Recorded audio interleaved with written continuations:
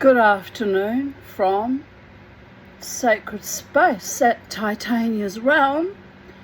It's scathing hot here today in Brisbane, Australia, 33 degrees. It's the 12th of February 2026 and the time is 12:05 p.m. But can we say my beautiful Rati's just finished for the day, gone on to her next job, and she's a lovely woman. She really is. But it's hot today. It's very hot. So I've been out. I hung out some washing. What else did I do? I need to still get in and clean my fish pond. I'll do that later on this afternoon when it cools down a bit, I think. It's too hot to be out in the midday sun right now. And while Rati was cleaning, the mop snapped in half. It's rusted through, so I need to buy a new mop. That could probably wait until Tuesday, payday. And anyway, living the dreaming, living the psychedelic dreaming, people of Earth. But yes, I have to remember to buy that mop because I shall need a new one by Thursday next week. So it's all happening in a far out way. I've had the birdie boys out playing together, and then Kermie got aggressive and nasty and wanted to beat up little Bo, so I separated them, but I've let them sit together again. So hopefully he's over his hissy fit, but if he gets aggressive again while I'm reading to you, people are there, he'll get separated again and he'll soon get the message. Indeed he will.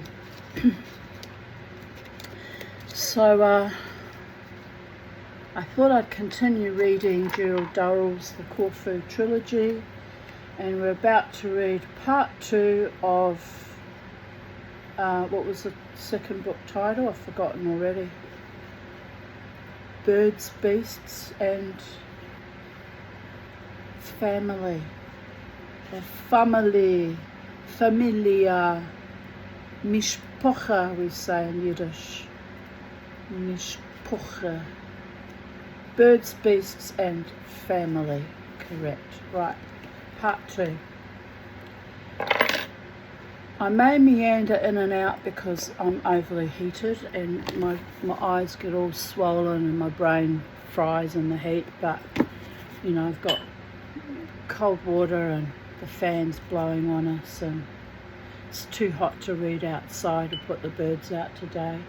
Too scathing bloody hot. But if it cools down by maybe 2-3 o'clock, maybe, not likely, I'll put them out then. They really don't like being stuck in the house every day. I'm sorry, boys, but it's a heat wave. It's a heat wave, birdie boys. Yes. Just think of all the spritzing you're avoiding by being kept inside cooler. Right, I've got little thorns in my foot and it's painful. Right, I read you yesterday that this part 2 is titled Conto Kali, but I'll repeat it just because in the keeping in the flow and continuity and congruence and comprehension and whatever. Hospitality is indeed now no less than in classical times a sacred duty in these islands, and it is a duty most conscientiously performed. Professor Anstead. Chapter 4. How can it be chapter 4 when it's part 2? He does this, he sort of breaks things up in weird ways. Well, it's his book and he's the author, so we'll just go with the flow, shall we? Chapter 4. The Pygmy Jungle. My daughter Jasmine, when she was very young, probably about 6-7 years old, wrote a book about pygmies. And I've got it here somewhere. No, I returned it to her.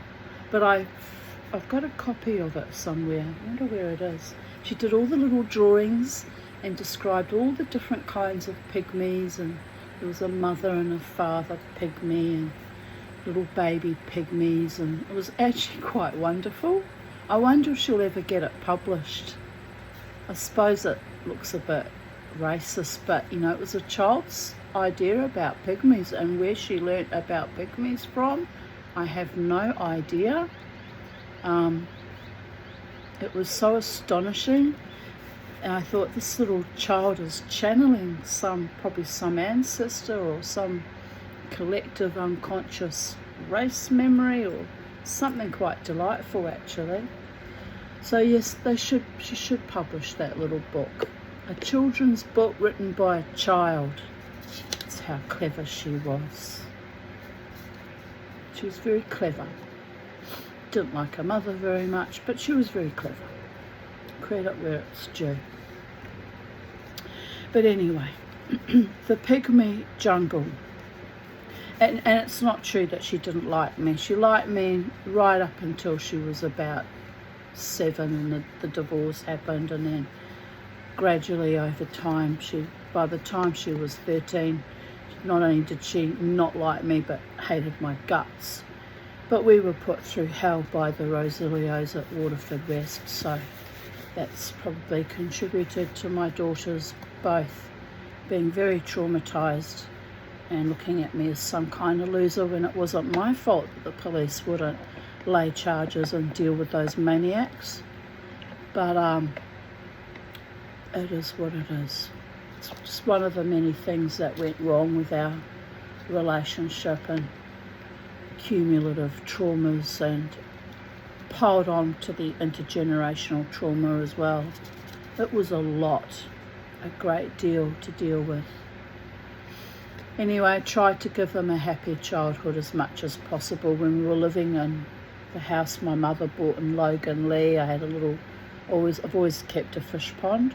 So I had a little bathtub with little goldfish, which they loved. And then I bought, the 3 little baby turtles that all died various deaths. One got out and crawled away. One got bitten by a bee. Not sure what their third one died of. But for a while we had turtles in the pond, and little tiny penny-sized turtles. And my girls loved it. And we had 25 guinea pigs that mowed the lawns, never had to worry about mowing because it was chewed down by the guinea wiggies. That was lovely too. The loveliest part was at sunset every evening, all 25 guinea pigs would all come to the back door and wee, squawk at me, and almost like saying good night. I never worked out what that was about, but anyway, they were happy guinea pigs. We had a happy life for a while, in spite of the harassment from Mum and Buck and all their filthy cohorts. We had a nice enough time, but I had to get out of that house to escape them. And then when we moved to the house in Mount Gravatt East, I had chickens, 2 hens and 2 female ducks, and a cat that had kittens. And I had several cats, but one of the cats ended up having kittens. And we were very contented for a while living there. It was a Dutchman that I had, was a private landlord, was very kind to me, would come and mow the lawns, so I didn't have to worry about lawn mowing. And I didn't have the guinea pigs anymore. I sold them off, or I can't remember what I did with them. Found homes for them anyway. Oh no, that's not right. I've forgotten. I did bring guinea pigs to that house, but anyway, he's still. I didn't have 25 though. I think I only had about 4 or 5. Anyway, he still did the mowing. He was a very kind man to me, that man. He was a photographer by profession. And so we lived there for 2.5 years. And then we came here to this housing commission home.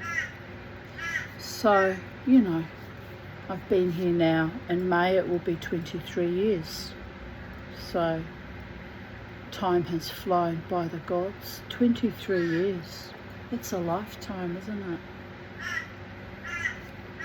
Anyway, it's a beautiful garden I co-created here with the trees that were already here, and with co-created with the gods. So, you know, life is tutto bellissimo. Very, very amazing and lovely, and I'm grateful. Even though it's planet hellscape because of the heat and money worries and my usual preternatural anxieties, and a bit isolated and marginalised, but that's okay. It's not my first rodeo, I'm used to it. But it was lovely having Rati come today. She's so kind to me. I go on and on and on these little rants, you know. She just smiles politely and lets me have my little weird little diatribes. Well, they're not weird. They're factual, actually. They're not weird at all, but you know, not many people can tolerate my activism against the COVID epoch and the things that have caused me a great deal of distress. Not many people can cope with it. That's why they've all headed for the hills. Anyway, let us begin with the pygmy jungle. It was a warm spring day, as blue as a jay's wing, and I waited impatiently for Theodore to arrive, for we were going to take a picnic lunch and walk 2 or 3 miles to a small lake that was one of our happiest hunting grounds. These days spent with Theodore, these excursions as he called them, yes, my hair's sweaty and living its best life, whether I want it to or not. Out of control, people of Earth. Out of control. Freedom to the hair. Looks quite curly with the heat. It's getting wavy. Well, it's sexy, Mama too. Always wanted curly hair since I had it up till the age of 3, and then I went dead straight. I always wanted my curly hair back. Here it is. All it takes is a bit of boof and sweat and humidity, and if I scrunch it a bit, it'll be really curly. Scrunch, scrunch, scrunch. Sorry, distracted by my messy hair. I know. These days spent with Theodore, these excursions as he called them, were of absorbing interest to me, but they must have been very exhausting for Theodore, for from the moment of his arrival till his departure, I would ply him with a ceaseless string of questions. Just going to go and get my nice ice cold baba ganoush because I haven't had lunch, and feel like something while I'm reading to you. One moment. I'm like a cat on a hot tin roof, baby boys. Wow. This is what happened.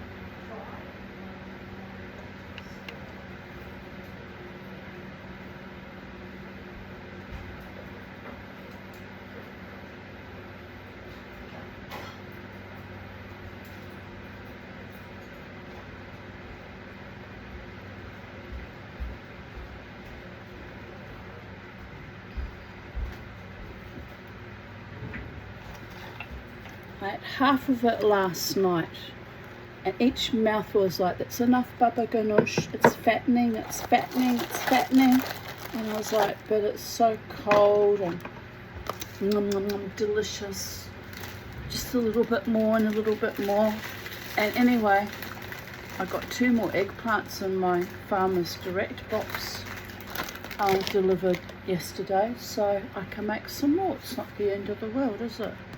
It's just putting on weight that I have to be a bit cautious of, since I've already put on so much weight. By the gods. What am I Boadicea armouring for anyway? What next atrocity or war is going to be laid at my feet? Don't know. Look at that. Isn't that good? So healthy. I'm being a really good mama eating this, by the way.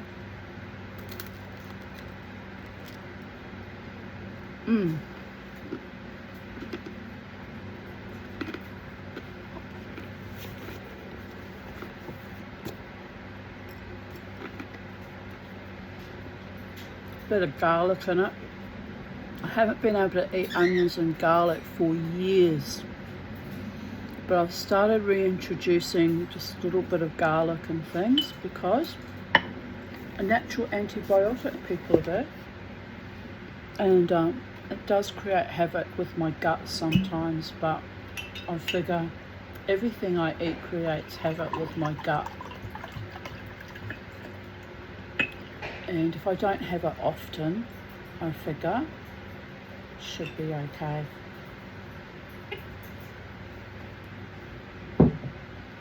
Build my gut back up where I can have garlic and onions again would be nice.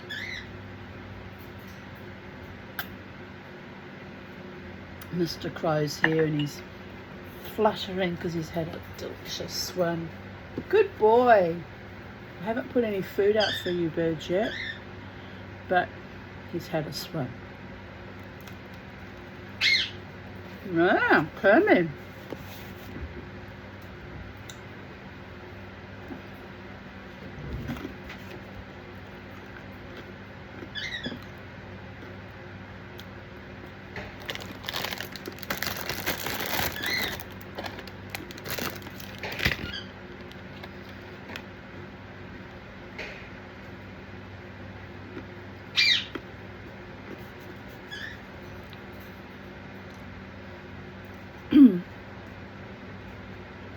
Eventually Theodore's cab clocked and tinkled its way up the drive, and Theodore dismounted, clad as always in the most unsuitable attire for collecting. I love him. I like to dress unsuitably too.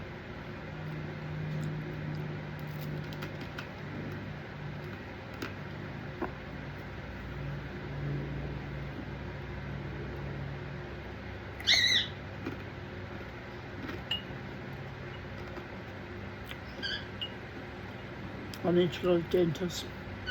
I've got 2 teeth either side now that play up every time I eat something hot or cold. Oh dear God. Right. A neat tweed suit, respectable, highly polished boots. Now that's a bit silly if you're going to be splonging around in mud and that. That's the only thing. I probably would have worn practical shoes for collecting, but a suit and a grey Homburg perched squarely on his head. He really is quite the dandy, isn't he? Likes to be a bit eccentric and dress smart. And you know what? I love a man who knows how to dress. These bloody peasants that slop around in torn short denim shorts and their asses hanging out and the clothes look like rags, like they've come out of some bloody work camp. And it's like, that is, I just find it foul.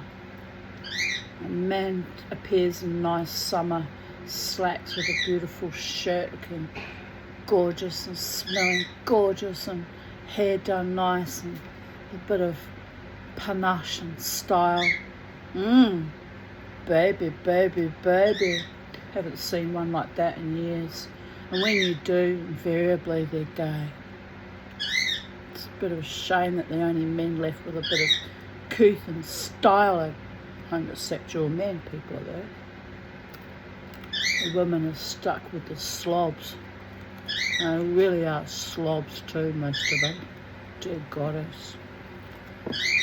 Knuckle dragging, farting. Can't even ask you out on a date, they lack so much couth. Yuck. Or like Zuko yesterday with his hair teased up like he looked like a bloody scarecrow, like, what is it?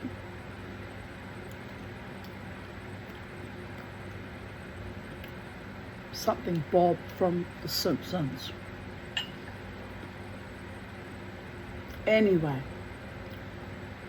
clothes maketh the man, people of earth, and the woman. So she wearing a very, very old, faded out dress, but it's cool and I'm at home. I still get compliments on this dress when I wear it out, even though it's very, very faded. It's astonishing. Oh well. Right. The only ungracious note in the city gentleman's outfit was his collecting box, full of tubes and bottles slung over one shoulder, and a small net with a bottle dangling from the end attached to the end of his walking stick. I tell you what, that baba ganoush, it's irresistible. I make it really smooth. I don't like the stringy, lumpy bits.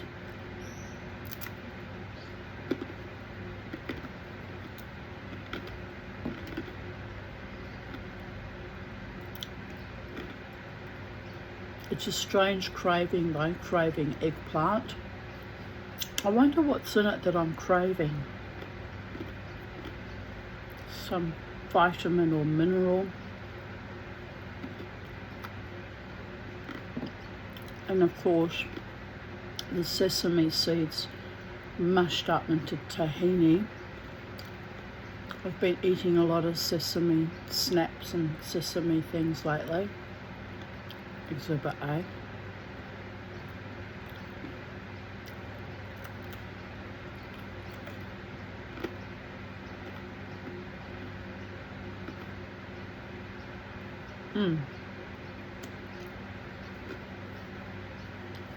Right.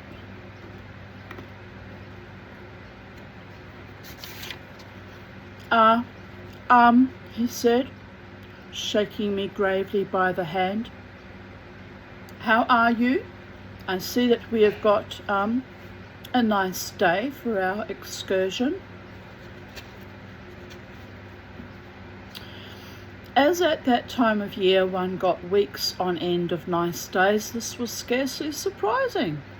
But Theodore always insisted on mentioning it as though it was some special privilege that had been granted us by the gods for collecting.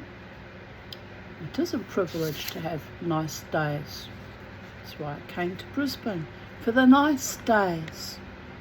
Then it got hotter and hotter and hotter, and I got older, and my ability to endure the heat got lesser and lesser, and here we are on planet Hellscape.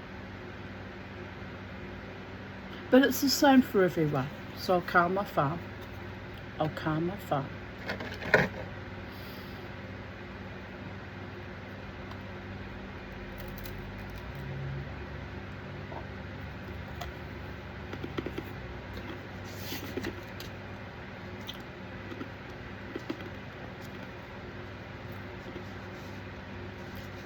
Quickly we gathered up the bag of food and the little stone bottles of ginger beer Mother had prepared for us, and slung these on our backs together with my collecting equipment.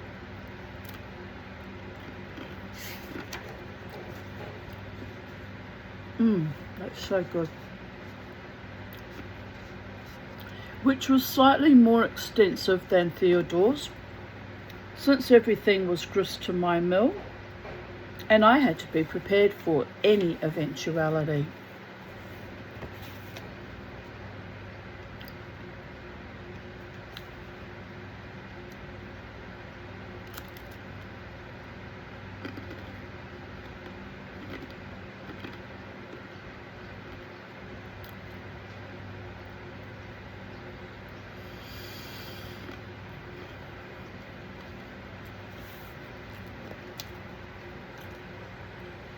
Then, whistling for Roger, We went off through the sunlit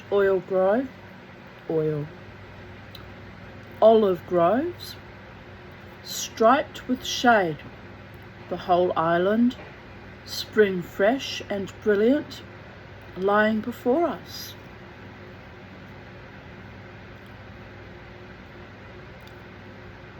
At this time of the year, the olive trees would be full of flowers. Pale anemones with the tips of their petals dyed red, as though they had been sipping wine. Pyramid orchids that looked as though they had been made of pink icing, and yellow crocuses so fat, glossy and waxy looking, you felt they would light like a candle if you set a match to their stamens.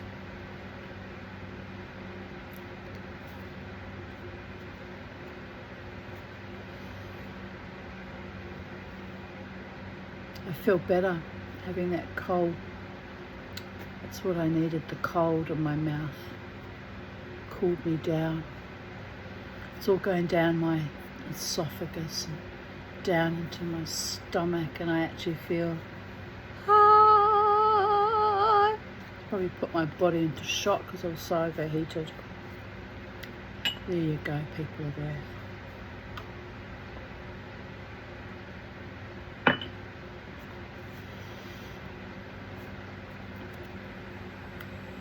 We would tramp through the rough stone paths among the olives.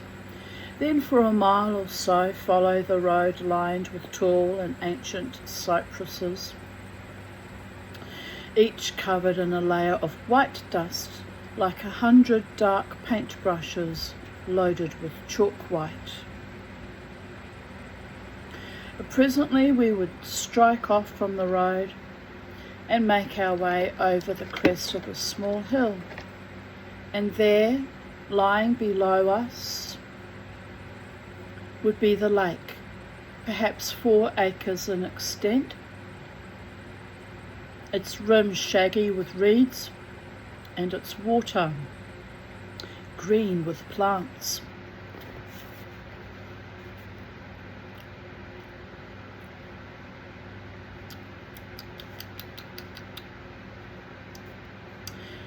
On this particular day,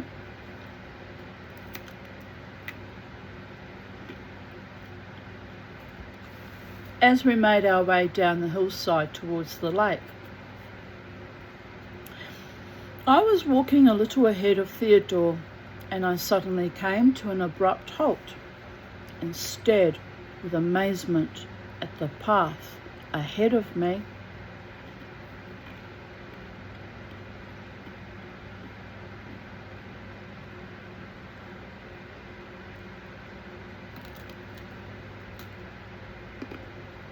It's just so good. It's a lot of work to make, but it's just so good.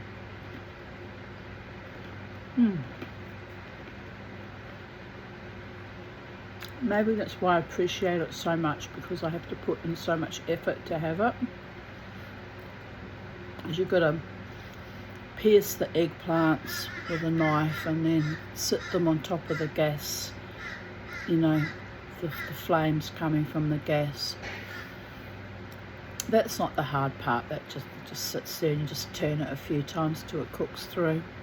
And then when it starts sinking in on itself, you put it in the sink with ice cold water, or I just use cold water, and let it cool down a bit, and then pull all the seeds and pull all the blackened skin off. That's the hard part.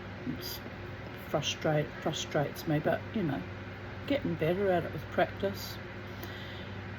And then you know, you add the tahini, half a jar of tahini, and lemon juice, and I throw a few spices in as well, salt and pepper. It's just so good, so very, very good.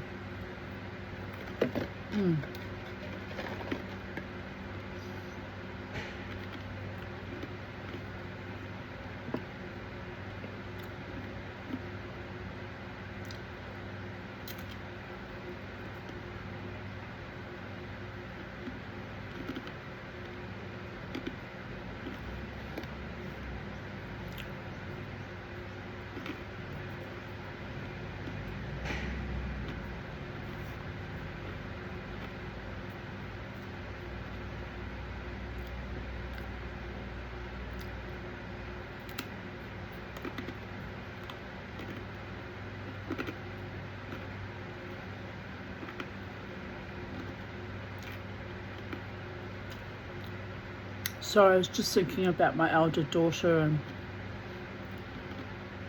that I'd like to go to the art gallery, but I don't want her to think that I'm stalking her, so I don't know what days she works. I think I might take myself off to the art gallery tomorrow though, because I haven't been for well over 2 years.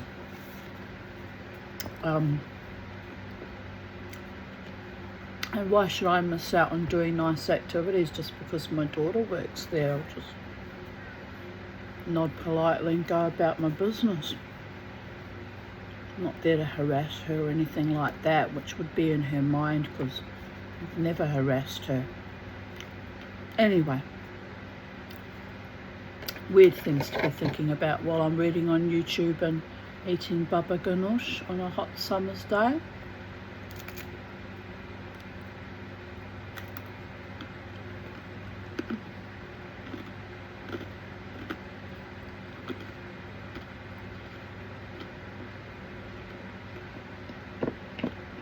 But yes, I haven't been out for a long time.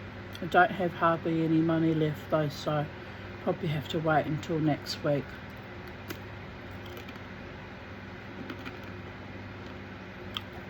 But the bus was only 50 cents each way and I've got money on my card. So it's really just, the art gallery is free. It's just a matter of having enough money to buy a bit of lunch or something, or coffee while I'm out. That's all. I could do it. I could still do it.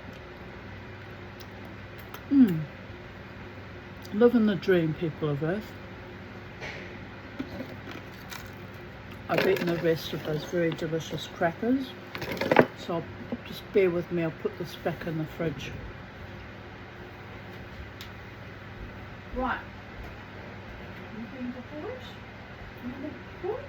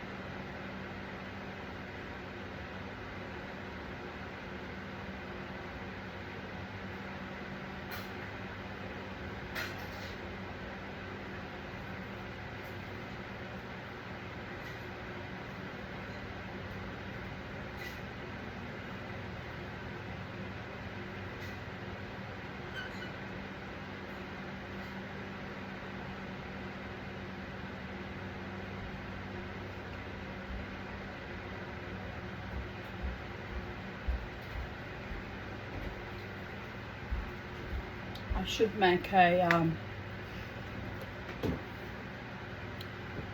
what's it? I've forgotten the name of it. Guacamole with those lovely avocados. I should make that. It'll be also refreshing to have. I'm just wanting to eat dips lately. It's a bit odd, isn't it? That's what I forgot to tell you. So we changed the vacuum cleaner bag today, and look what I found, because I go through the vacuum cleaner bags in case I've accidentally lost some jewellery, which often happens, beads or bits of silver. I found my missing rhinoceros beetle.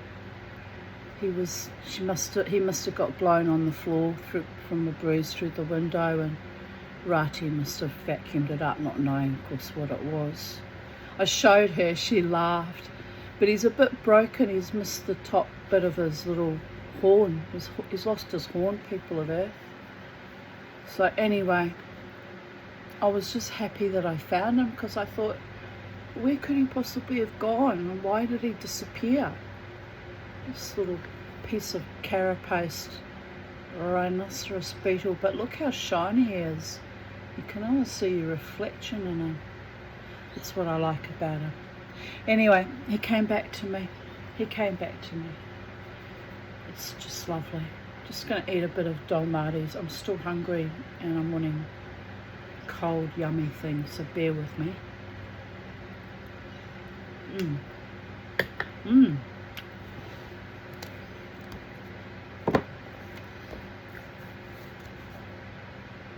It's like having a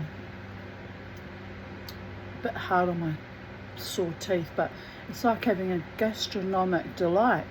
Middle Eastern baba ganoush with Greek dolmades. I mean, what more could you want? I'm all over the place. I've travelled the whole world without leaving my chair. It's one way to put a positive spin on it, isn't it, darlings? Right, carry on with the story.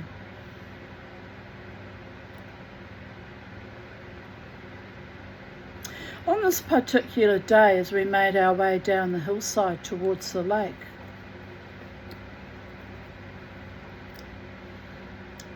it just feels so good when it just hits the top of my stomach. I'm like, oh, it's cooling me down. I was walking a little ahead of Theodore and I suddenly came to an abrupt halt and stared with amazement at the path ahead of me.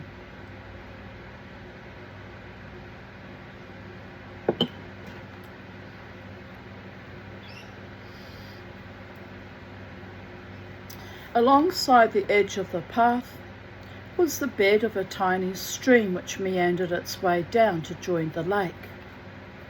The stream was such a tiny one that even the early spring sun had succeeded in drying it up, so that there was only the smallest trickle of water. Through the bed of the stream and then up across the path and into the stream again lay what at first sight appeared to be a thick cable which seemed to be mysteriously possessed of a life of its own. When I looked closely, I could see that the cable was made up of what looked like hundreds of small, dusty snakes. I shouted eagerly to Theodore, and when he came, I pointed this phenomenon out to him. "Aha," he said, his beard bristling and a keen light of interest in his eyes. Yes, a very interesting. Elvers." "What kind of snake was an elver?" pardon me, inquired. "And why were they all travelling in a procession?" No, said Theodore. "They are not snakes. They are baby eels, and they appear to be, making their way down to the lake."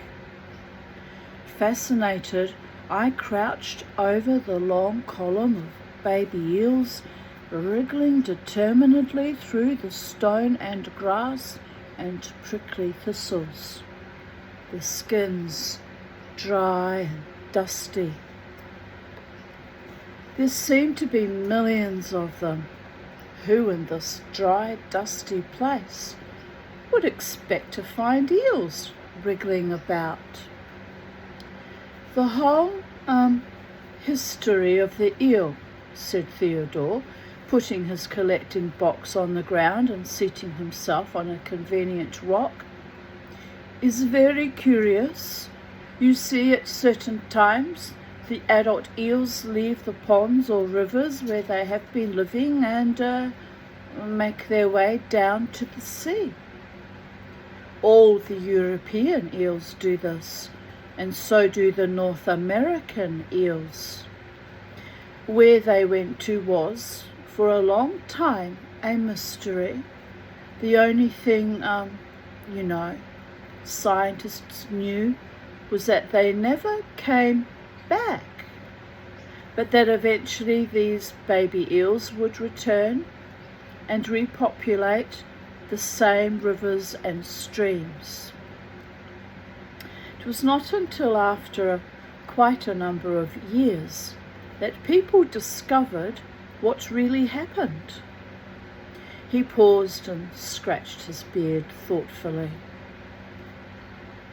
All the eels made their way down to the sea and then swam through the Mediterranean, across the Atlantic, until they reached the Sargasso Sea, which is, as you know, off the northeastern coast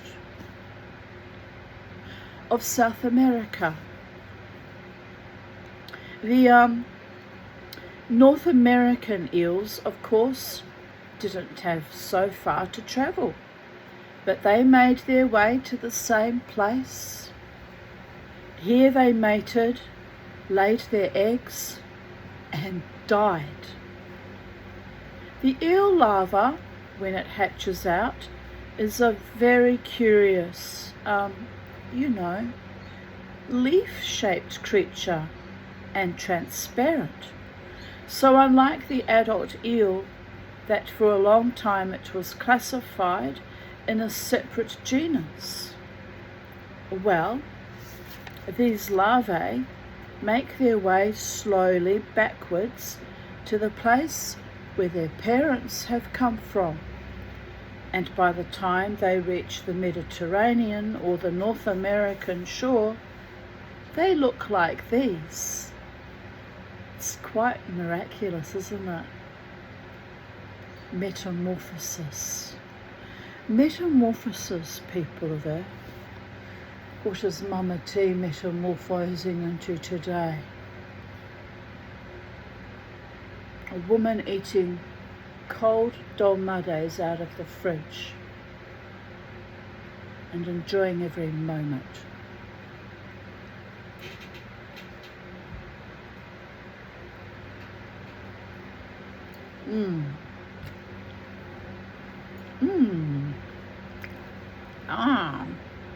That hurt.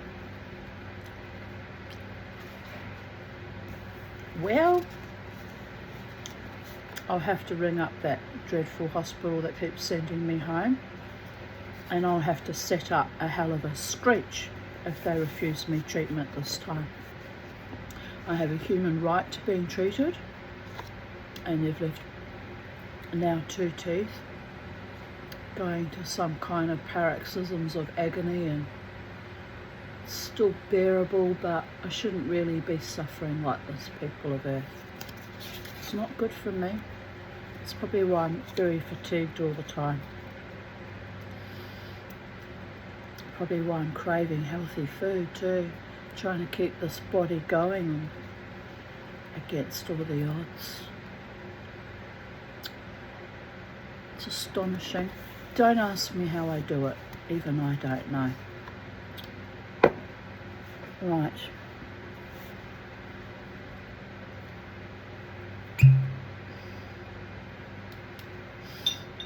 Baba ganoush and dolmades.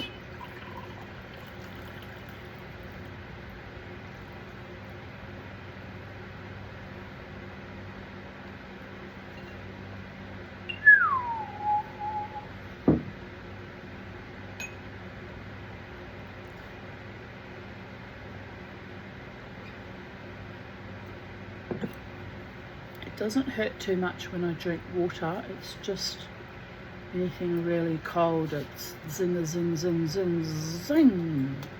So it's definitely a nerve that's dying or arcing up.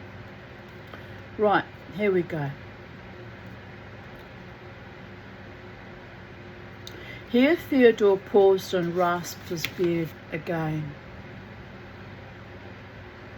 I shouldn't do it too much because I started to grow my own beard too with old age.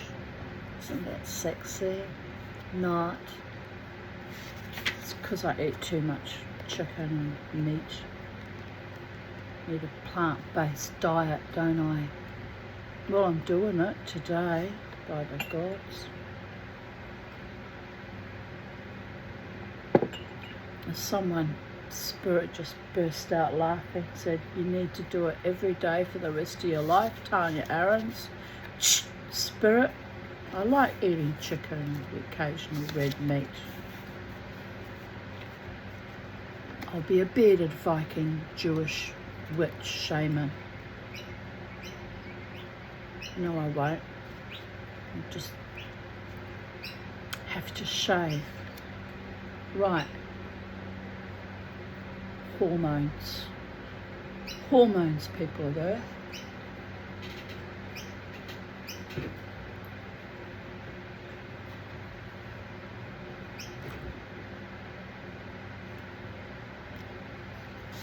Right.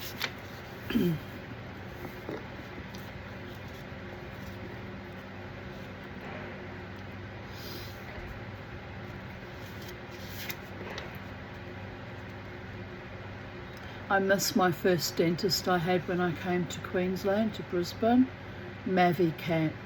She was a wonderful woman and a wonderful dentist. I saw her for about, was it 5 years or 10? 5, I think. And she moved away to Mount Isa. She was always very kind to me. Very good dentist.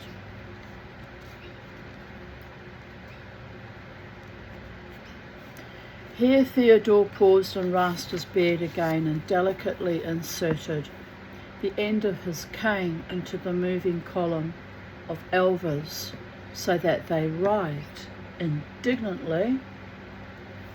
Humans always got to interfere with things, don't they? Couldn't they just let them just live their best life and observe? Why do you have to poke at everything?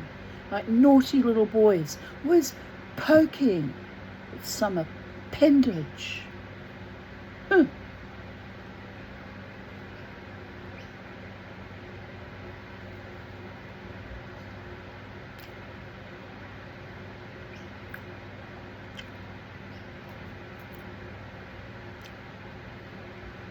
They seem to have a very, it's very flavoursome, that one. Some taste better than others. They seem to have a very, strong homing instinct, said Theodore.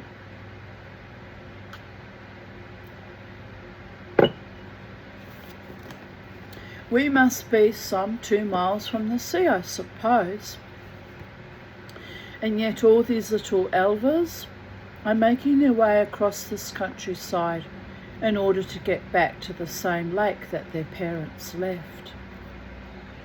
He paused and glanced about him keenly and then pointed with his stick. It's quite a hazardous journey, he observed, and I saw what he meant, for a kestrel was flying like a little black cross just above the line of baby eels. And as we watched, he swooped and flew away with his claws firmly gripping a writhing mass of them. As we walked on, following the line of eels, since they were going in the same direction, we saw other predators at work. Groups of magpies and jackdaws, and a couple of jays flew up at our approach, and we caught, out of the corner of our eye, the red glint of a fox disappearing into the myrtle bushes. I do love foxes and wolves, but let's be real here, they're, apex predators. But they're so beautiful. They really are.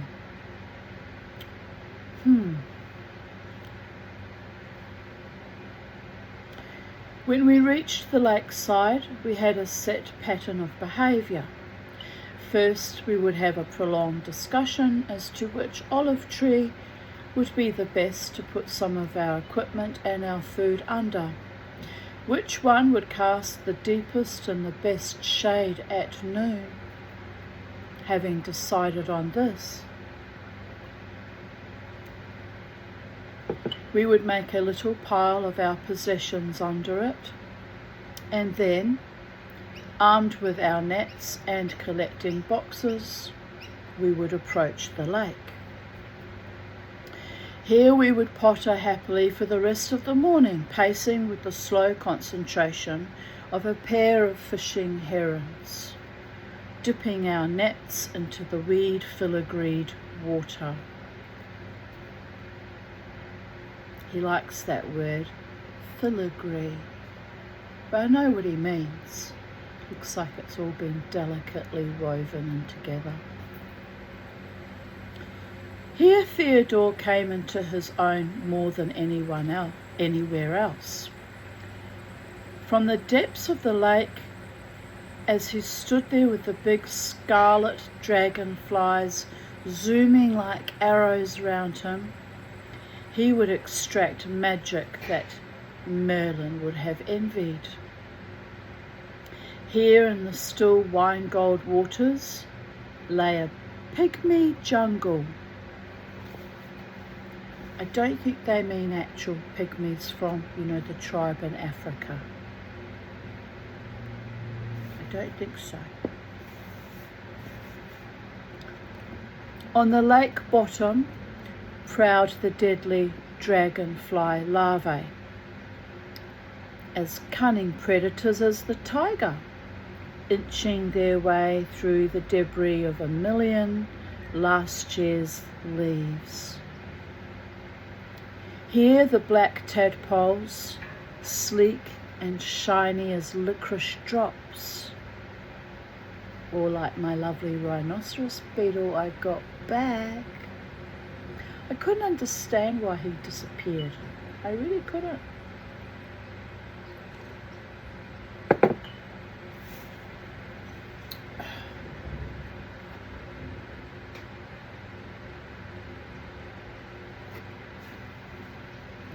I'm snoozing.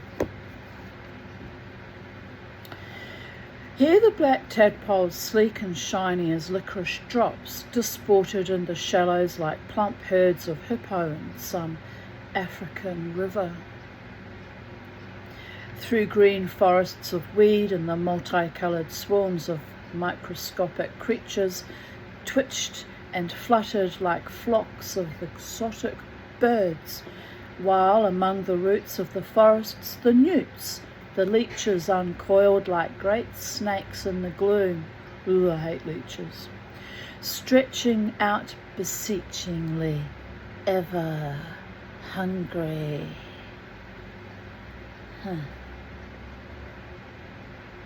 And here the caddis larvae in their shaggy coats of twigs and debris, excuse me, crawled dimly like bears fresh from hibernation across the sun-ringed hills and valleys of soft black mud. Aha! Now, this is interesting. You see this little maggot-like thing? Now, this is the larva of the China mark moth. I think, as a matter of fact, you have got one in your collection. What? Well, they're called China mark moths because of the markings on the wing, which are said to resemble very closely marks that potters put on the base of a very good china. He means porcelain. Like what was my mother's going to show? Wedgwood.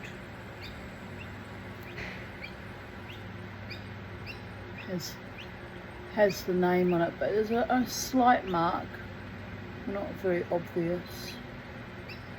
But yes, I know what he means. You see it on Rosenthal. Anyway, spode and so forth. Now the China mark is interesting because it is one of the few moths that have aquatic larvae. The larvae live underwater until they are ready to pupate. The interesting thing about this particular species is that they have, two forms of female. What? The male, of course, is fully winged and flies about, when it hatches, and so does one of the females. But the other female, when it hatches out, has no wings and continues to live under the water, using its legs to swim with. Sounds a bit unfair, isn't it? Never getting to fly, always having to push yourself around underwater, a bit like me with all my drownings. Somehow I managed to survive that, by the gods.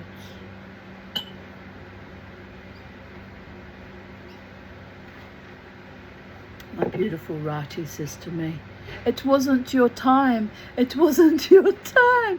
I said, 16 near deaths or close shaves with death, Rati. When is it gonna be my time? She says, "I don't know, but it's not your time yet." We just looked at each other and laughed.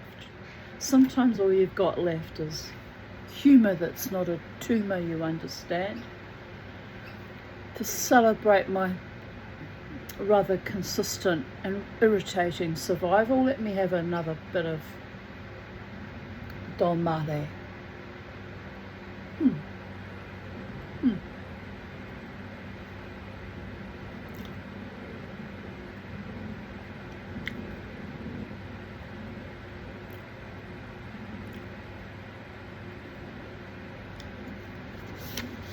And now it's sort of reaching room temperature, more of the flavours are coming out. It's like a Zorba the Greek dance in my mouth, people of Earth, along with the zing zing zing of the very angry nerve in that tooth, and the other one that's broken that just really doesn't care anymore. It's given up all hope. But by the gods, I'm going to be a toothless old hag that nobody wants. So what else is new? Theodore paced a little farther along the bank on the mud that was already dried and jigsawed by the spring sun. A kingfisher exploded like a blue firework from the small willow, and out on the centre of the lake a tern swooped and glided on graceful sickle-shaped wings. Theodore dipped his net into the weedy water, sweeping it to and fro gently, as though he was stroking a cat. Then the net was lifted and held aloft, while the tiny bottle that dangled from it would be subjected to a minute scrutiny through a magnifying glass. This is a very long story and already an hour in. It's going to be more than a 2-hour video like yesterday. It doesn't matter really, I've got time. Yes, some cyclopes, 2 mosquito larvae, cyclopes, cyclops, some cyclops. I think we say cyclops, don't we? Cyclopes. You can tell the heat's frying my brain. Can't even read my own language, by the gods. Do you want me to read to you in French? It's just for shits and giggles, see if I can still do it.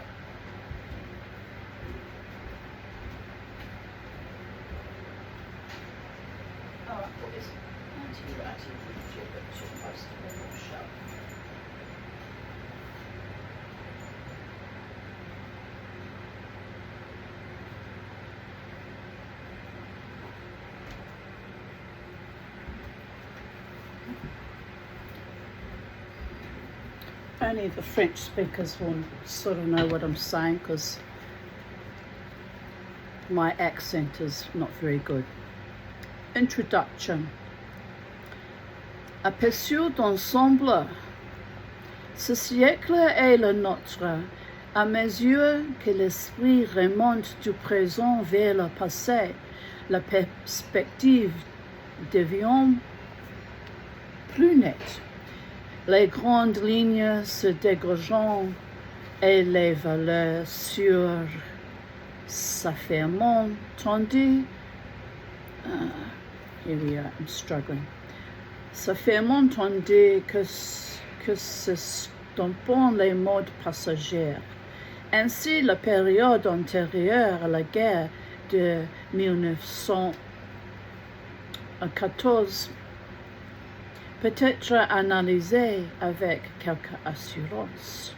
L'importance des maîtres qui le dominent ou se formeront alors ne peut plus être contestée. Right, I haven't done the whole paragraph, but that's enough out of me.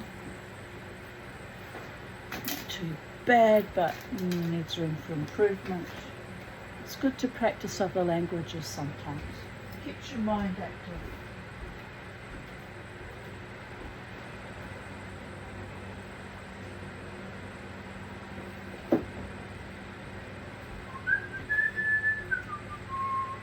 You don't care what language I speak, do you really, boys?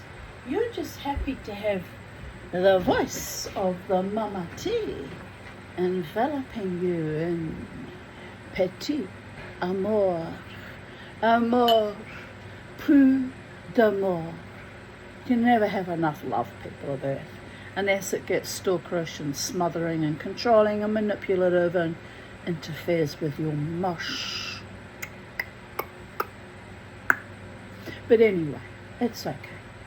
That was his modus operandi, to try and drive me away so he can keep pristine and take other lovers and treat me like crap. So life is tutto bellissimo, and who needs that rubbish anyway? Certainly not I.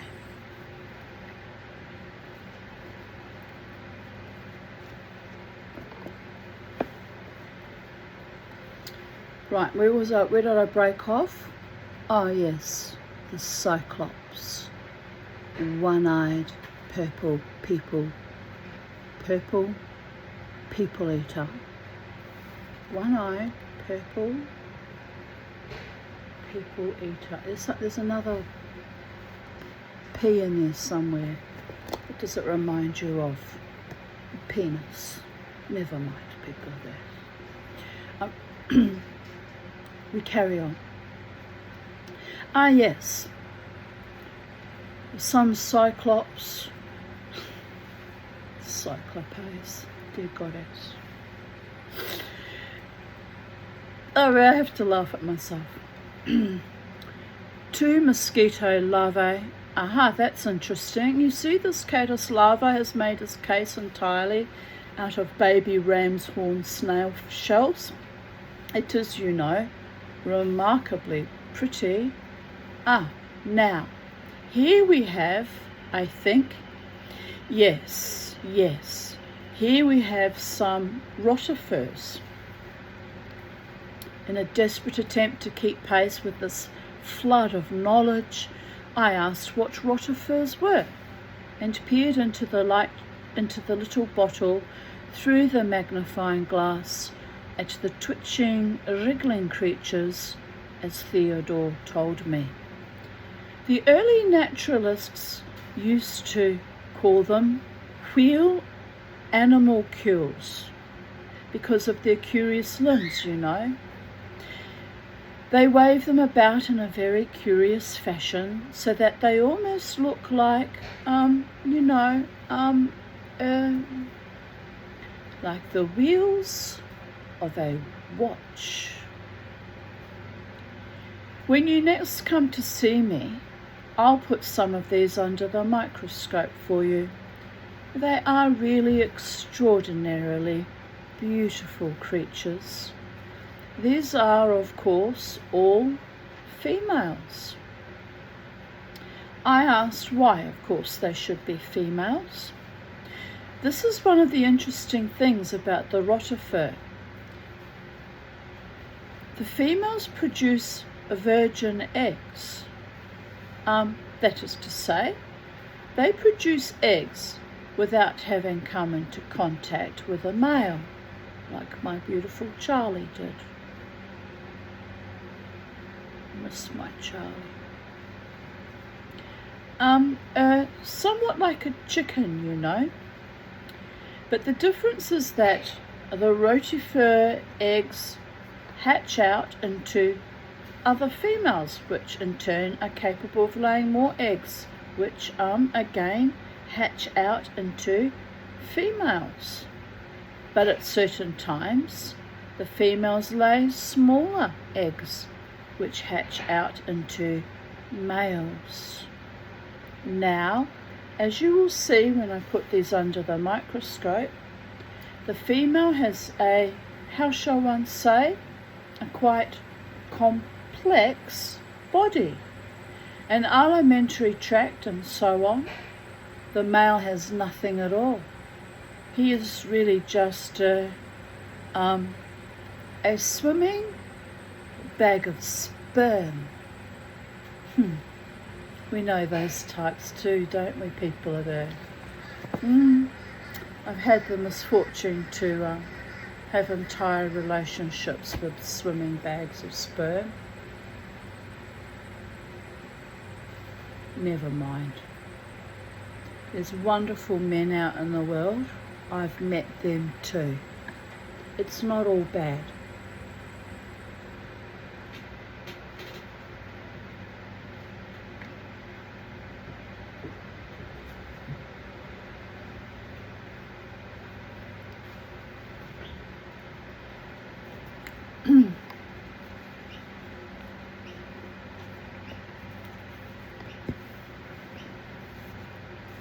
I was bereft of speech at the complexities of the private life of the rotifer.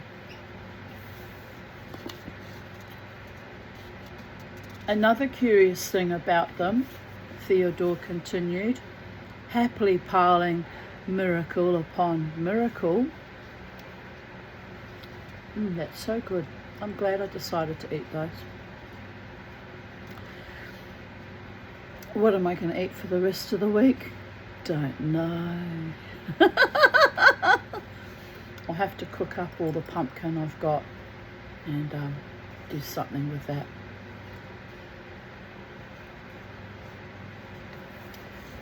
Is that at certain times, you know, if it is a hot summer or something like that and the pond is liable to dry up, they go down to the bottom and form a sort of hard shell round themselves.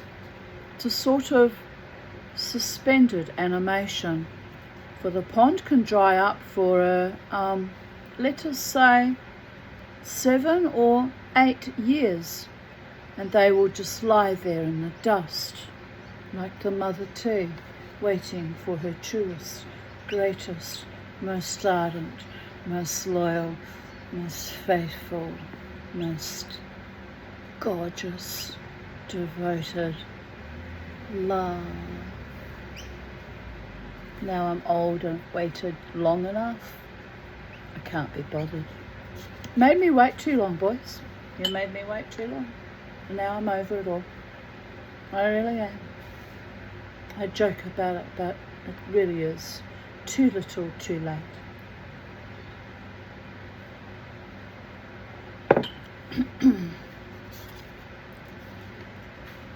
Right. But as soon as the first rain falls and fills the pond, they come to life again.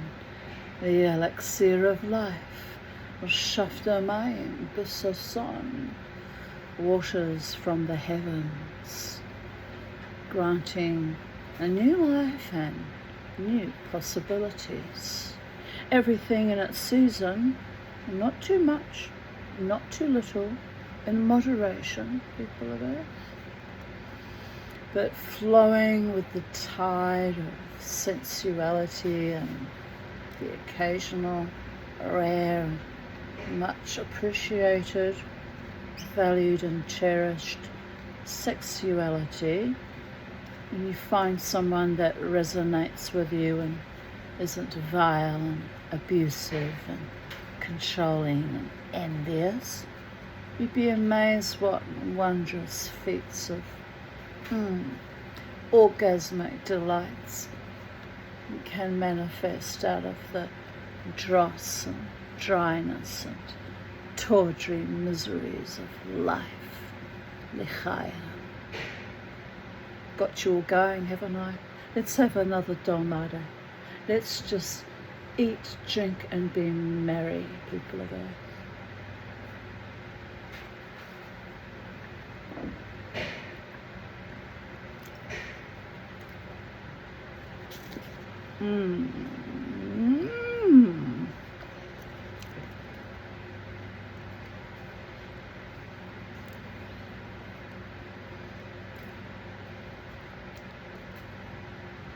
Gratitude to the gods for my tutto bellissimo life, by the way.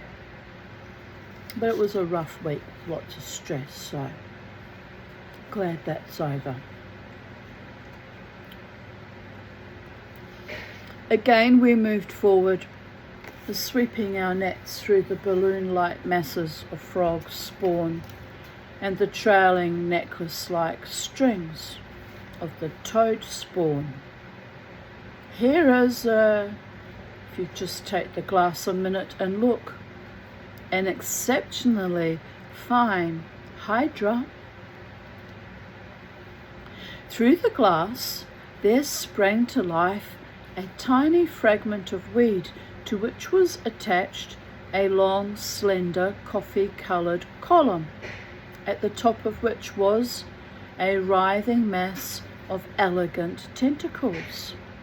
As I watched, a rotund and earnest cyclops, carrying two large and apparently heavy sacks containing pink eggs, swam in a series of breathless jerks, too close to the writhing arms of the hydra. In a moment it was engulfed.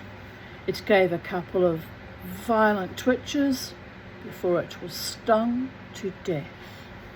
Oh, bless. You see, life is so precarious, even for we humans. So make the most of it. Enjoy every day, with harm to none and competition with none. Live your best life. Bliss out. I need to be in the water.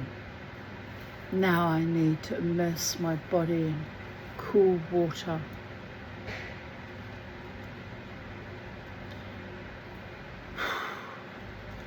I knew if I watched long enough, you could watch the cyclops being slowly and steadily engulfed and passing in the shape of a bulge down the column of the hydra. Presently the height and the heat of the sun would tell us that it was lunchtime, and we would make our way back to our olive trees and sit there eating our food and drinking our ginger beer. Oh yum, I love ginger beer. Ginger beer and peach iced tea are my favourite drinks, apart from, the occasional salubrious Jack Daniels and Coke, of course. Or a nice wine, or a really cold beer in the summer heat would be nice. Some Corona Cerveza. I did look at a kit on how to make your own. It was Cooper's brand, Cooper's Cerveza, but the ghost that haunts me, that I had a sexual relationship back 25 years ago, 28 years ago. He used to drink Cooper's. He was always, "Oh, what are you drinking?" "Cooper's." "Do you want a sip?" "Yes." And he'd always share his beer with me. It was very sweet and romantic in that sense. It wasn't a bad beer, I'm not really a beer aficionado. But because of him, it ruined me. I looked at it, I can't bear to be making that brand of beer and having that lying about the house. Just remind me of him. And then he'll come haunting me again, because he still has that conduit to me, which is odd. But anyway, and then I thought it'd be a lot of work sterilising the bottles and measuring it all out. I don't know what I'm doing. They probably come in the kit with instructions, but it's too hot to be bothered learning some new thing like how to brew beer now, and it's expensive too because you've got to buy all the accoutrements. I thought maybe some other time. Could just go down the bloody bottle and buy a carton of beer ready made by some other person's hands. Could do that, you know. I like drinking beer in very heat waves like this, but I haven't this summer at all. Haven't had very much to drink at all of alcoholic things.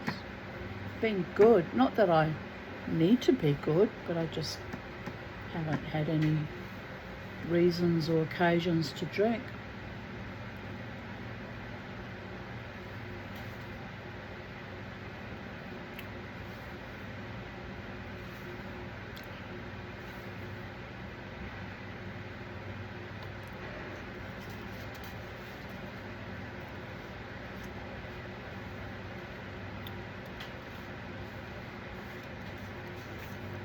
There's stuffing going on. Are you being nice to each other, my beautiful boys? You are. Bye. Penny. I can see you now, little boy. I nearly bought you a girlfriend yesterday, except she was $295. So you're just going to have to be an asexual celibate like your mother. Oh, it's a little bit tragic, I know. One was a creamy, pale creamy colour, another one was grey like you. Yes, little boy. It's shocking how expensive the birds are now. I didn't pay for Charlie, she was gifted me, and I didn't pay for these birdie boys, they were gifted me. I mean, I've paid a lot buying them better cages and, you know, getting them all set up for life. That was expensive, but, you know, if I had to outlay the initial money for the paying for them, it's a lot. So I'm very grateful to Phoebe and Overall for gifting me Phoebe's beautiful birdie boys. They're not quite tame yet, but one day they will be. They're getting used to me over time.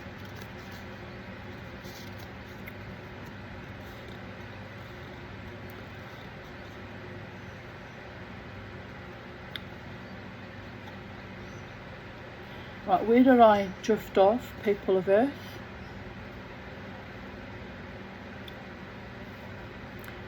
They were at the ginger beer, right. We would make our way back to our olive trees and sit there eating our food and drinking our ginger beer to the accompaniment of the sleepy zithering of the first hatched cicadas of the year and the gentle questioning coos of the collared doves. I need to buy some more soda stream, and I can buy the ginger beer cordial, make my own bloody ginger beer. That's what I'll be doing. It's nice in summer to have that. Summer's nearly over. Might as well enjoy it. In Greek, Theodore said, munching his sandwich methodically, the name for coloured dove is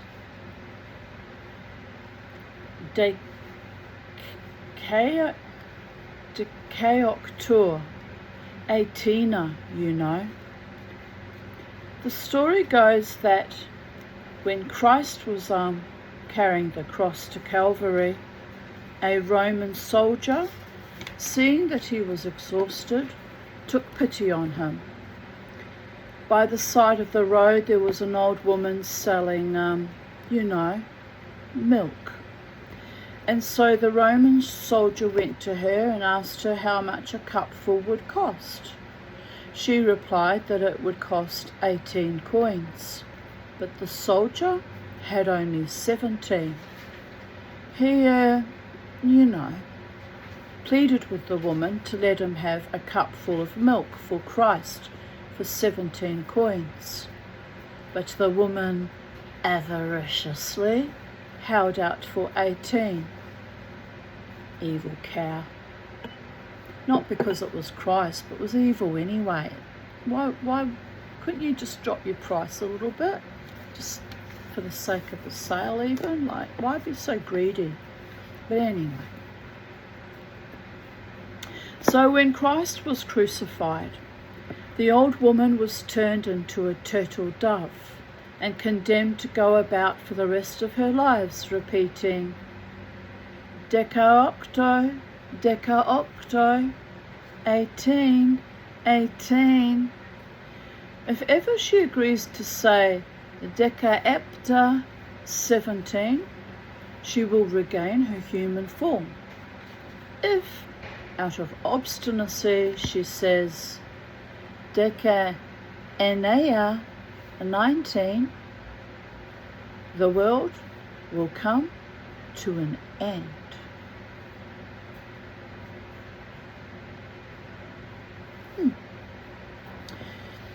In the cool olive shade, the tiny ants, black and shiny as caviar, or as my remnant piece of... I'm upset he's lost what little bit was left of his horn though. He's no longer a horny creature, he's upside down.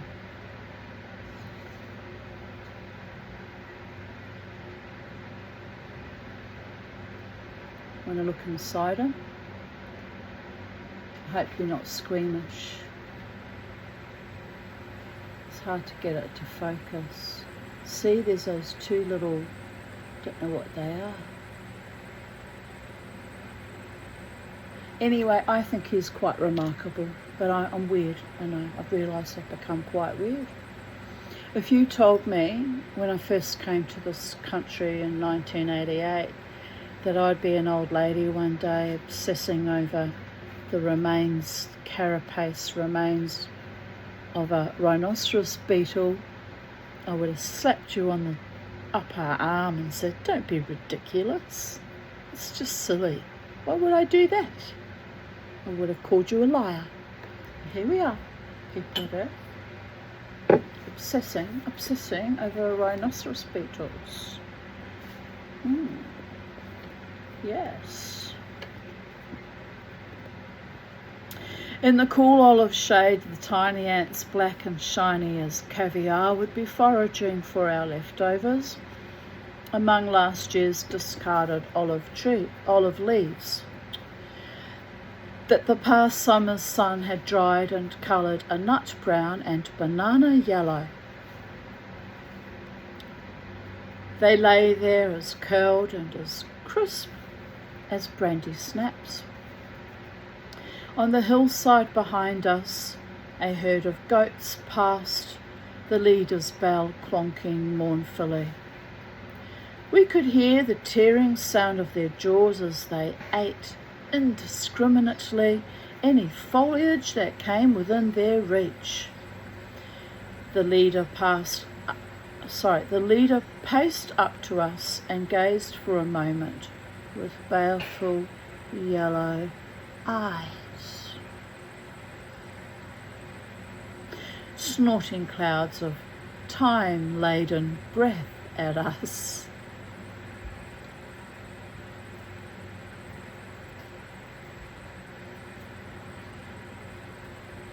They should not, be left unattended, said Theodore, prodding the goat gently with his stick. Goats do more damage to the countryside than practically anything else. The leader uttered a short, sardonic "bah!" and then moved away, with his destructive troop following him. We would lie for an hour or so, drowsing and digesting our food, staring up through the tangled olive branches at a sky that was patterned with tiny white clouds like a child's fingerprints on a blue, frosty winter wind day. Well, Theodore would say at last, getting to his feet, I think perhaps we ought to, just see what the other side of the lake has to offer. So once more we would commence our slow pacing of the rim of the shore. Steadily our test tubes, bottles and jars would fill with a shimmer of microscopic life, and my boxes and tins and bags would be stuffed with frogs, baby terrapins, and a host of beetles. I suppose, Theodore would say at last, reluctantly, glancing up at the sinking sun, I suppose, we ought to be getting along home.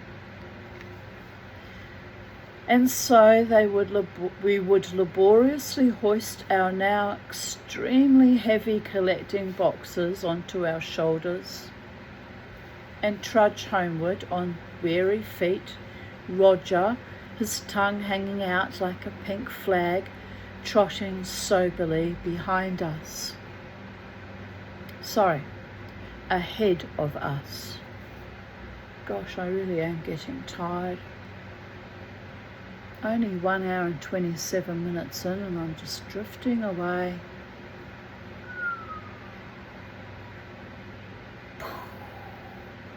Back in the room. Reaching the villa, our catches would be moved to more capacious quarters.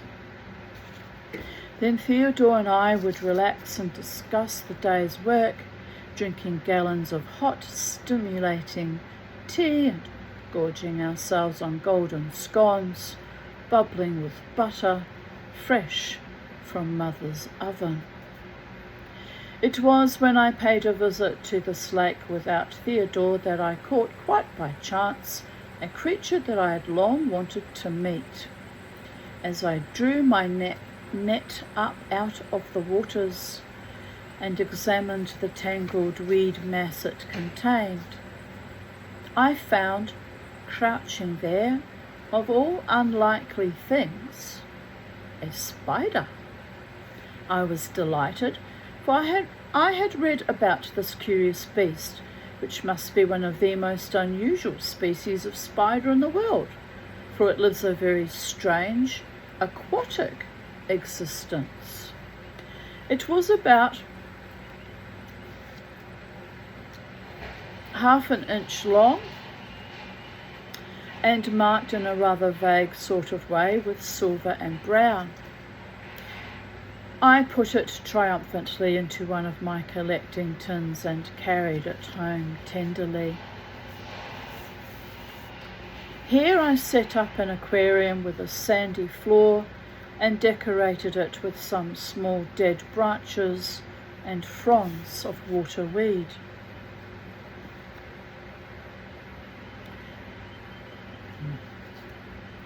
Putting the spider on one of the twigs that stuck up above the water level, I watched to see what it would do. It immediately ran down the twig and plunged into the water, where it turned a bright and beautiful silver, owing to the numerous minute air bubbles trapped in the hairs on its body.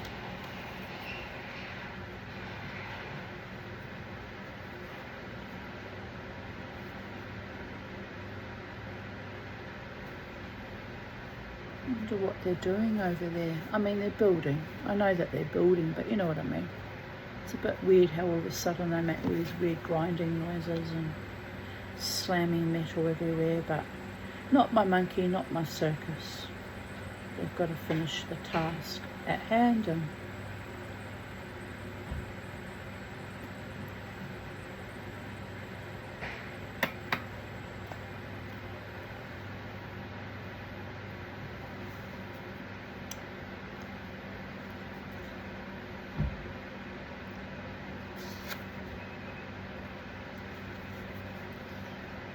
It spent 5 minutes or so running about below the surface of the water, investigating all the twigs and waterweed, before it finally settled on a spot in which to construct its home.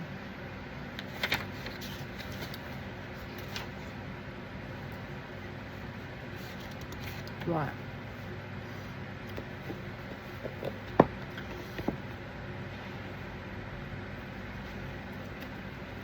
Now the water spider was the original inventor of the diving bell, and sitting absorbed in front of the aquarium, I watched how it was done. First, the spider attached several lengthy strands of silk from the weeds to the twigs. These were to act as guy ropes. Then, taking up a position roughly in the centre of these guy ropes, it proceeded to spin an irregular oval-shaped flat web of a more or less conventional type, but of a finer mesh so that it looked more like a cobweb. This occupied the greater part of 2 hours. Having got the structure of its home built to its satisfaction, it now had to give it an air supply. This it did by making numerous trips to the surface of the water and into the air. When it returned to the water, its body would be silvery with air bubbles. It would then run down and take up its position underneath the web, and by stroking itself with its legs, rid itself of the air bubbles, which rose and were immediately trapped underneath the web. After it had done this 5 or 6 times, all the tiny bubbles under the web had amalgamated into one big bubble. As the spider added more and more air to this bubble, and the bubble grew bigger and bigger, its strength started to push the web up until eventually the spider had achieved success.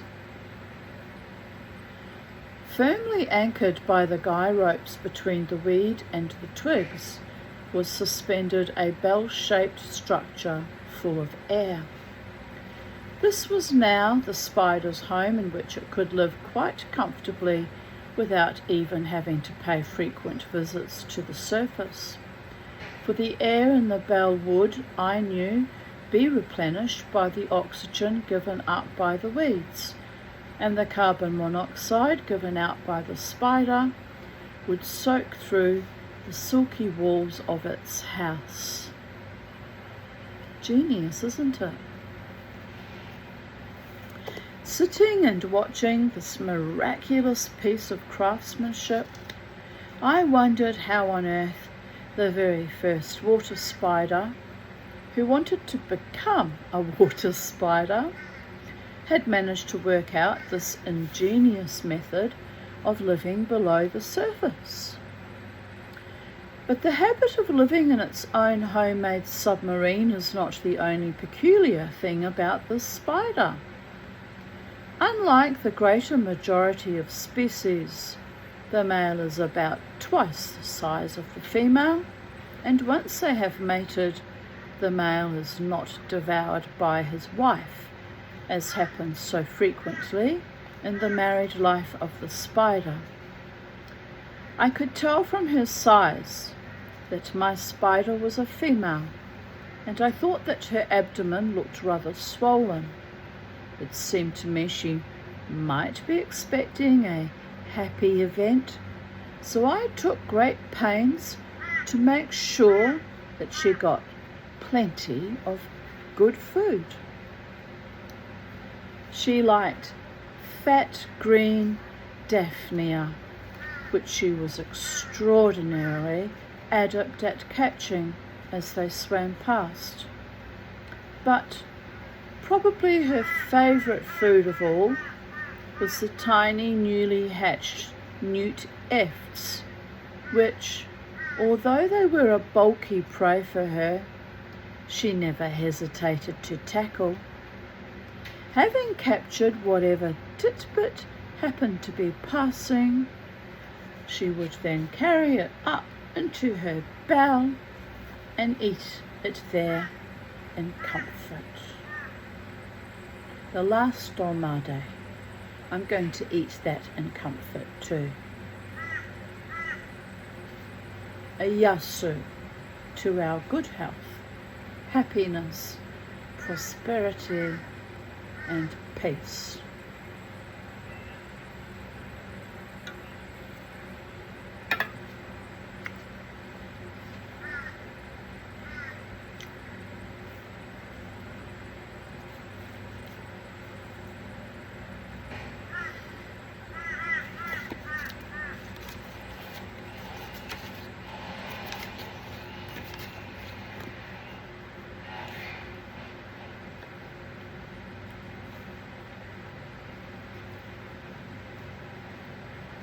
I might have to get some more water. I've drunk a whole bottle. Don't know how many mils it is, but 750 mils. Be back. I'm just going to get another bottle of water, people of Earth.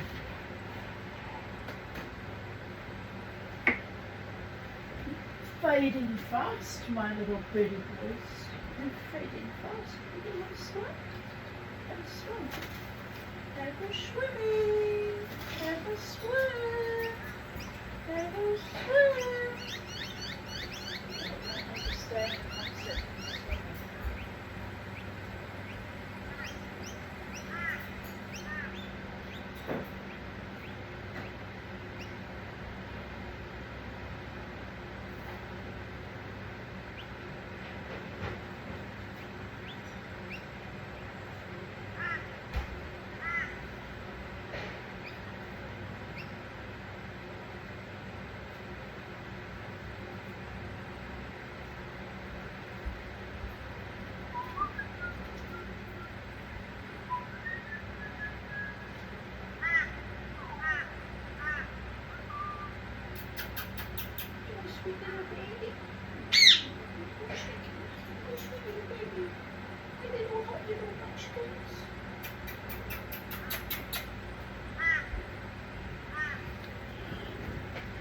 Right,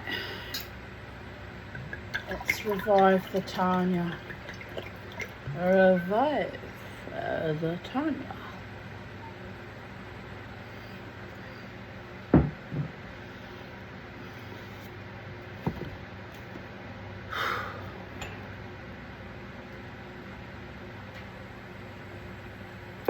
That's a little bit better.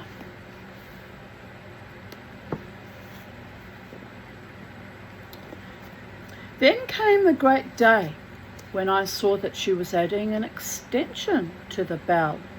She did not hurry over this, and it took her 2 days to complete. Then one morning, on peering into her tank, I saw to my delight that the nursery contained a round ball of eggs. In due course, these hatched out into miniature replicas of the mother. I soon had more water spiders than I knew what to do with, and I found to my annoyance that the mother, with complete lack of parental feeling, was happily feeding off her own progeny. So I was forced to move the spiders into another aquarium, but as they grew, where am I going to put this so it doesn't spill everywhere? And put it there.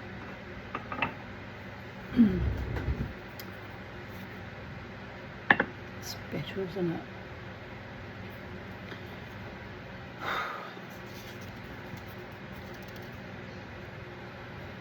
But as they grew, they took to feeding upon each other. And so in the end, I just kept the 2 most intelligent looking ones and took all the rest down to the lake. and let them go.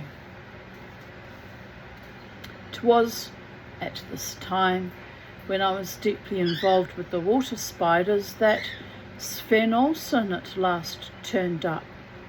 Larry, to Mother's consternation, had developed the habit of inviting hordes of painters, poets and authors to stay without any reference to her. Sven Olsen was a sculptor, and we had had some warning of his impending arrival, for he had been bombarding us for several weeks with contradictory telegrams about his movements, which had driven Mother to distraction because she kept having to make and unmake his bed. Sod it, would have waited till he turned up, for the love of all the gods. Would have she, an Airbnb? Can make his own flaming bed, grown man. What kind of worthless, useless creature is that? Don't get me started, says she who very rarely makes her own bed. I make it when I change the sheets and it looks all splendid for a day, and then, what have you, throw the bedclothes over. That's why I have doonas. Just throw it over, it's fine, people of Earth. But you know, Mother and I were having a quiet cup of tea on the veranda when a cab made its appearance, wound its way up the drive and came to a stop in front of the house. In the back was seated an enormous man who bore a remarkable facial resemblance to the reconstructions of Neanderthal man. Dear goddess. He was clad in a white singlet, a pair of voluminous, brightly checked +4s, and sandals.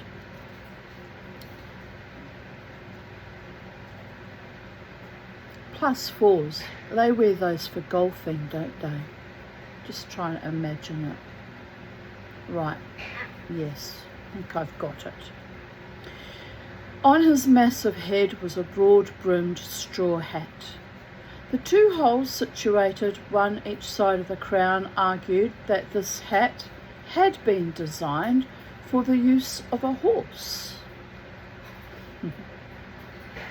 He got ponderously out of the cab, carrying a very large and battered Gladstone bag, and an accordion. I like those bags. Doctors used to use them. I always thought of them as doctors' bags. Not that I'm a doctor or anything of the kind. Couldn't do the maths. Too stupid to do the maths. There's a form of dyslexia with numbers. I think that must have been what was wrong with me. And I was traumatised in primary school, in my second year of primary school, by a bitch of a teacher who held me back and got more and more savage the more and more I struggled over my numbers, which really made it very difficult for me to even want to apply myself to the subject ever since. So fuck it. I'll never be a doctor or an engineer or a scientist or an architect or veterinary physician, anything that requires maths. I'm handicapped, people of Earth. Some of the handicaps weren't my fault. But then, you know, at the same time frame, all those near deaths, it's amazing I'm alive at all. Oh, the evil fucking creatures that came and went out of my life in my early childhood. It's something out of a fucking horror movie. It really is. Anyway, we'll carry on being happy on this hot Brisbane beautiful day. Mother and I went down to greet him. As he saw us approaching, he swept off his hat and bowed, revealing that his enormous cranium was completely devoid of hair except for a strange grey tattered duck's tail on the nape of his neck. Sounds repulsive, absolutely repulsive.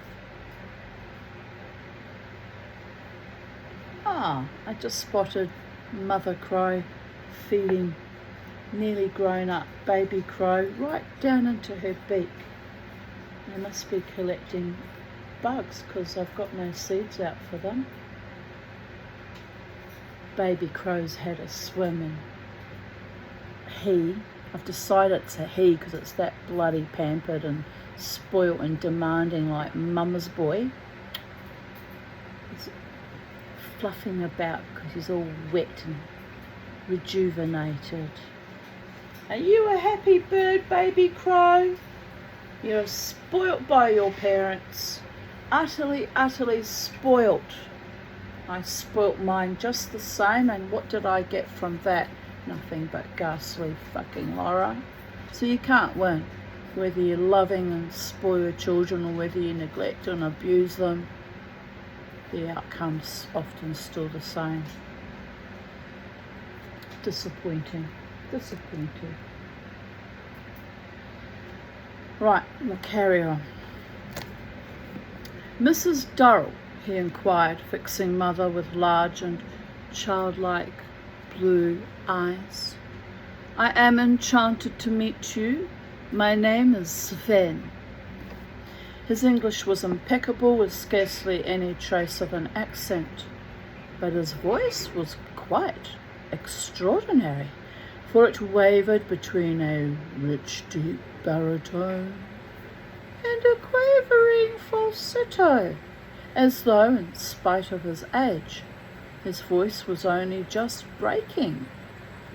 He extended a very large, white, spade-shaped hand to Mother and bowed again. Bowed once again. Only once. Not twice, not thrice, not a dozen, just once, you understand? I'm getting tired when I skip words. Well, I'm glad you have managed to get here at last, said Mother, brightly and untruthfully.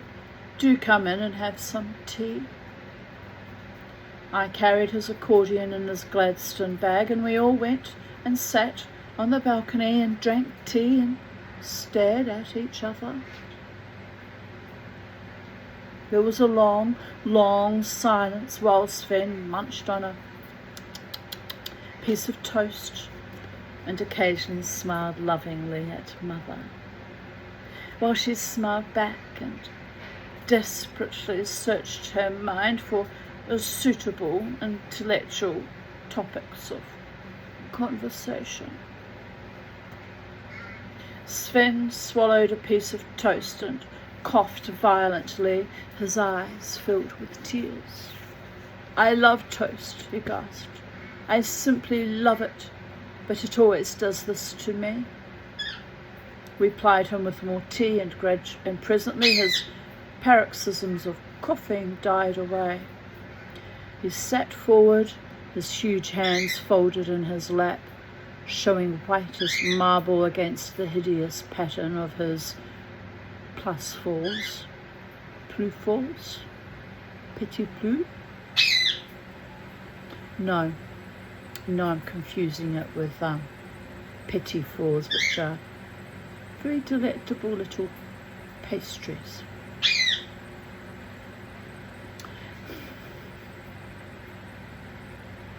Helps to be a bit mad sometimes, people do.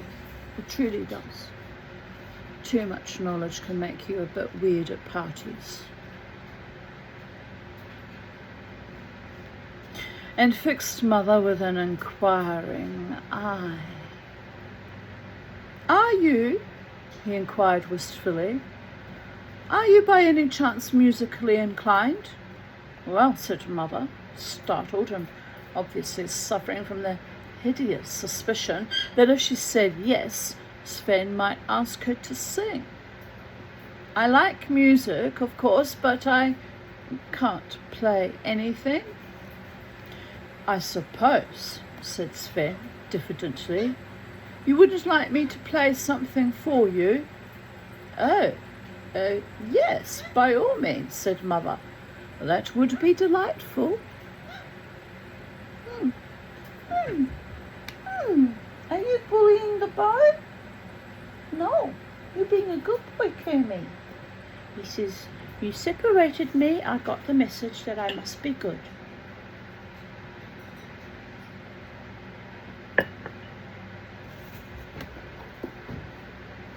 Are you the handsomest green Indian ringneck parrot in this house? Yes, Mama T. I'm also the only Indian green ringneck parrot in this house. Oh wow. And no competition. No rivalry for affections. Just being sweet all day long. Can you do it, little Timmy? Can you be sweet all day long? No, Mama T. You're asking for a bit much there. I want to be a rambunctious, cantankerous, hostile little bastard from time to time. Just to feel alive. It's too hot for that, little Kenny. It's too hot to be rambunctious.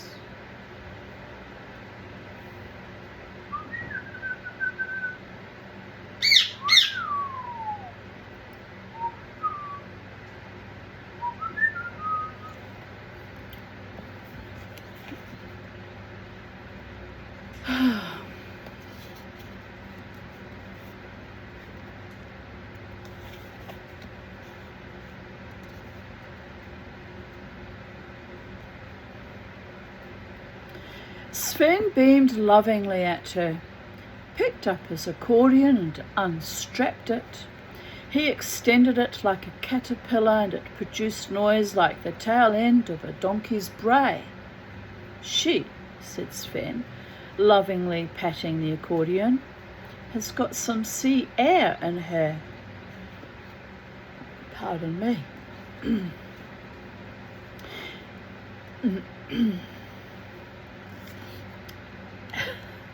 No, I won't tell that story.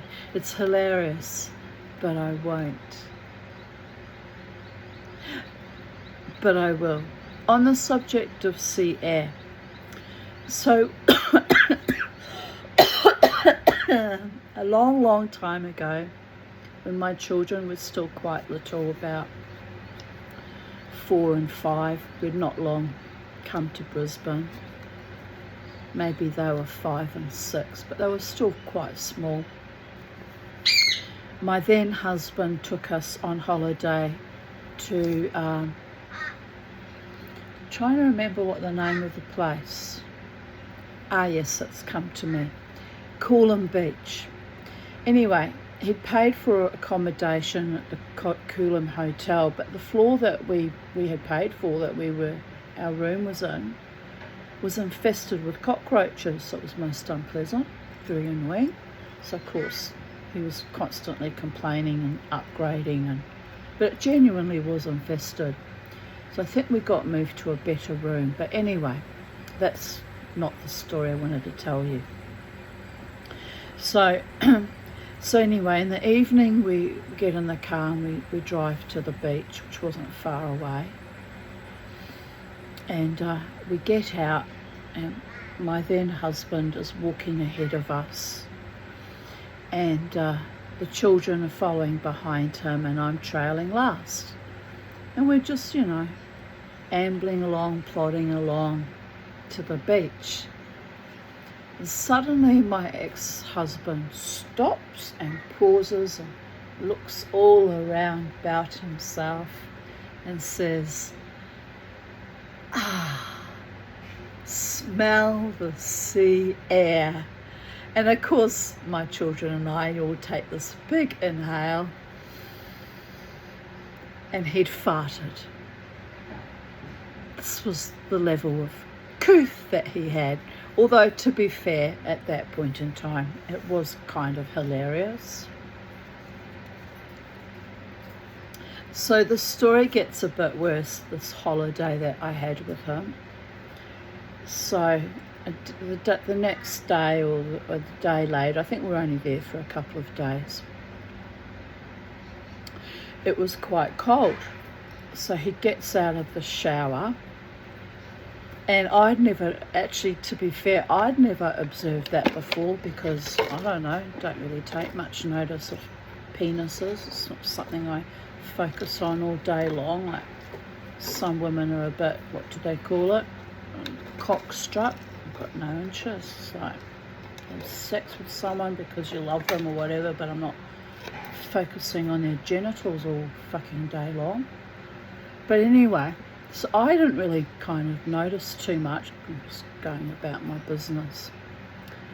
But my youngest, Jasmine, who was about 3 or 4 at the time, looks at her father standing there naked. It's innocent enough because they were little, you know, it wasn't anything predatory. Don't worry, I was always very concerned and conscious of that.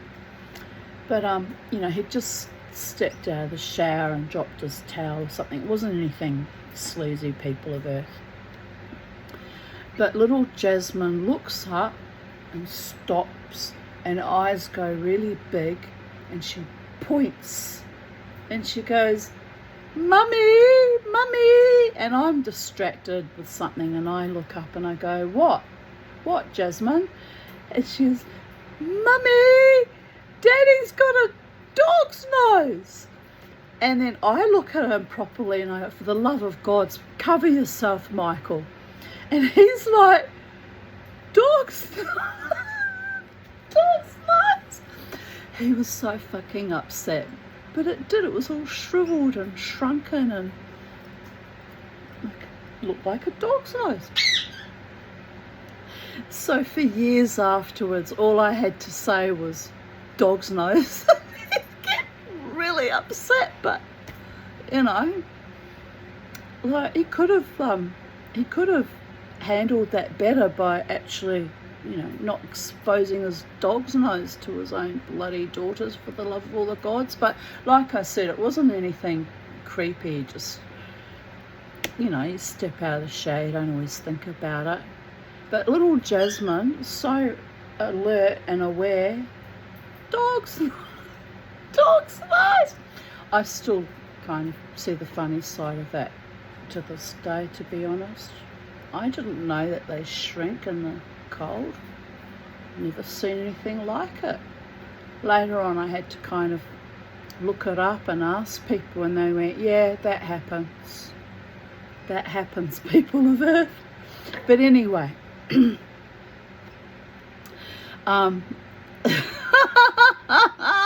little ways to get revenge on my ex-husband still to this day, but I'm not trying to get revenge actually. It's just a comical little memory that came up because of the that was that same holiday where he let rip that massive fart and then said, "Smell the sea air."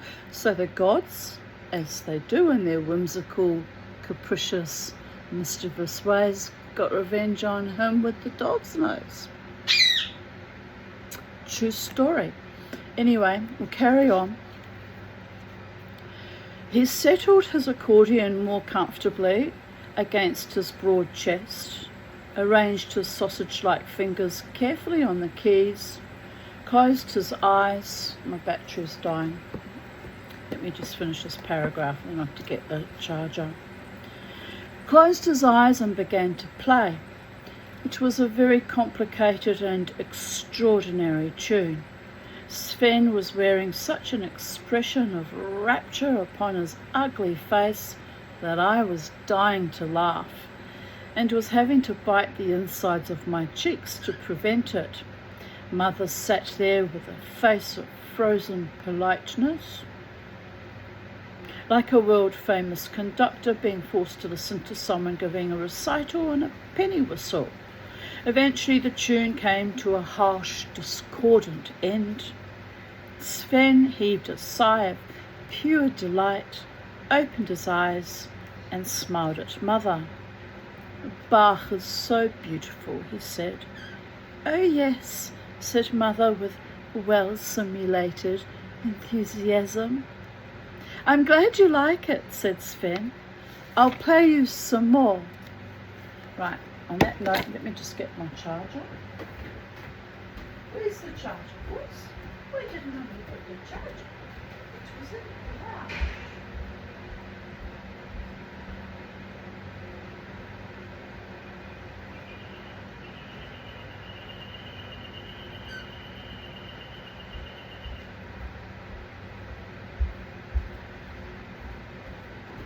There's my little Snookies.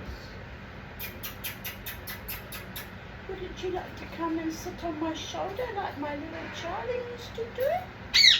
Yes. We could be friends, you know.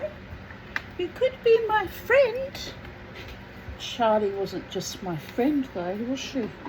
She was my little soulmate. She was besotted with me. My beautiful, beautiful girl.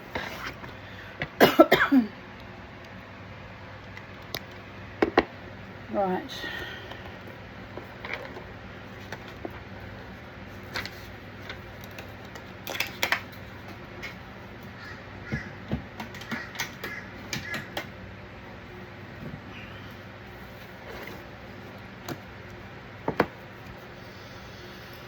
So for the next hour, is that charging? Can't tell.